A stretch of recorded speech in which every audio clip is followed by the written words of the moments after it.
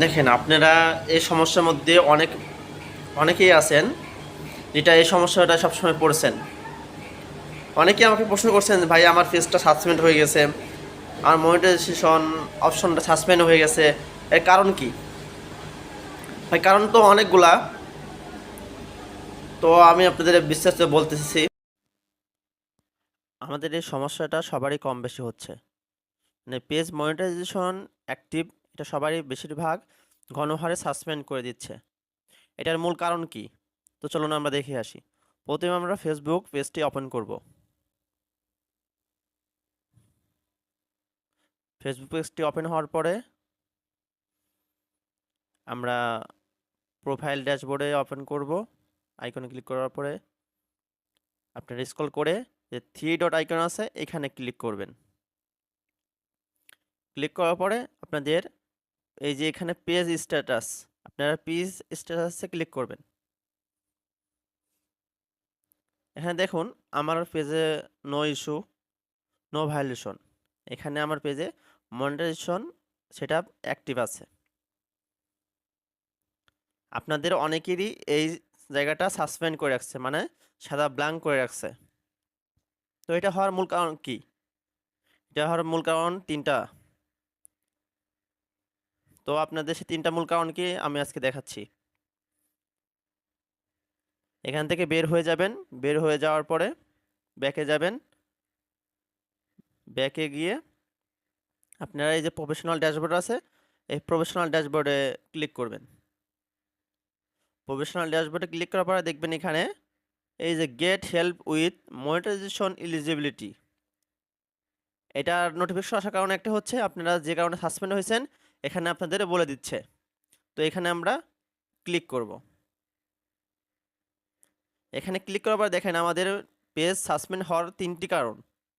Top resource, মানে তারা research করে সাপোর্ট বলতে বলছে।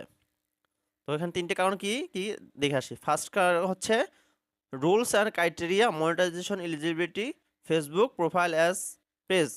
তো এখানে ক্লিক করব, দেখি কি তারা বলছে। দেখেন এখানে আই জেনারেট রিসল্ট, মানে তারা কি বলতেছে, মানে according Facebook partner monetization policies আর survey rules and criteria that must meet. তার মানে এখানে বোঝাচ্ছে যে আপনি ফেসবুকের রুলস করেননি, ফলো করেন নাই, গাইডলাইন আপনি ভায়োলেশন করছেন। এখানে দেখেন 8টি কারণ আছে। এই 8টি কারণের জন্য আপনার পেজ সাসপেন্ড করে দেওয়া হয়েছে, মনিটাইজেশন অ্যাক্টিভ সাসপেন্ড করা হয়েছে। এক নম্বর কি বলা হচ্ছে, profile your has page most in compliance, মানে আপনার পেজের বিরুদ্ধে কমপ্লেন্স তারা পেয়েছে, পলিসি গাইডলাইন ফলো করেন নাই। দ্বিতীয় কী বলছে, page must reside in eligibility, আপনারা দেখে নেবেন বিষয়টা, এটা আপনারা পড়ে নেবেন, অনেক বড়, আপনারা দেখে নেবেন। তো এখান থেকে দ্বিতীয় যে অপশনটা এর কি বলছে, requirement of eligibility for monetization program and pay out on Meta business suite and Facebook, মানে আপনাদের ফোনে মেটা বিজনেস সুইটটা ওপেন করতে হবে, ওখান থেকে আপনাকে সবসময় ব্যবহার করার পারমিশন দেওয়া হয়েছে। তো এখানে কী বলছে, meet Facebook partner monetization policies, মানে আপনি যার সাথে পার্টনারশিপ করবেন তার পলিসি ইস্যুটা ঠিক থাকতে হবে। Your content must comply with Facebook policies and guidelines, আপনি যে কন্টেন্টগুলো তৈরি করবেন সেটা যেন অবশ্যই ফেসবুকের গাইডলাইন অনুযায়ী হয়। তো মোস্ট ইম্পর্টেন্ট যেটা, সেটা 2 নম্বর কি বলছে, have a minimum number of followers or viewers for Facebook video creator you need to have 10,000 followers, 250 return viewers. তার মানে এখানে কি বলছে, তারা বলছে আপনার পেজে 10,000 ফলোয়ার্স হতে হবে এবং অ্যাক্টিভ 250 ভিউ থাকতে হবে, মাস্ট থাকতে হবে, না হলে আপনার মনিটাইজেশন পেজ অ্যাক্টিভ হবে না।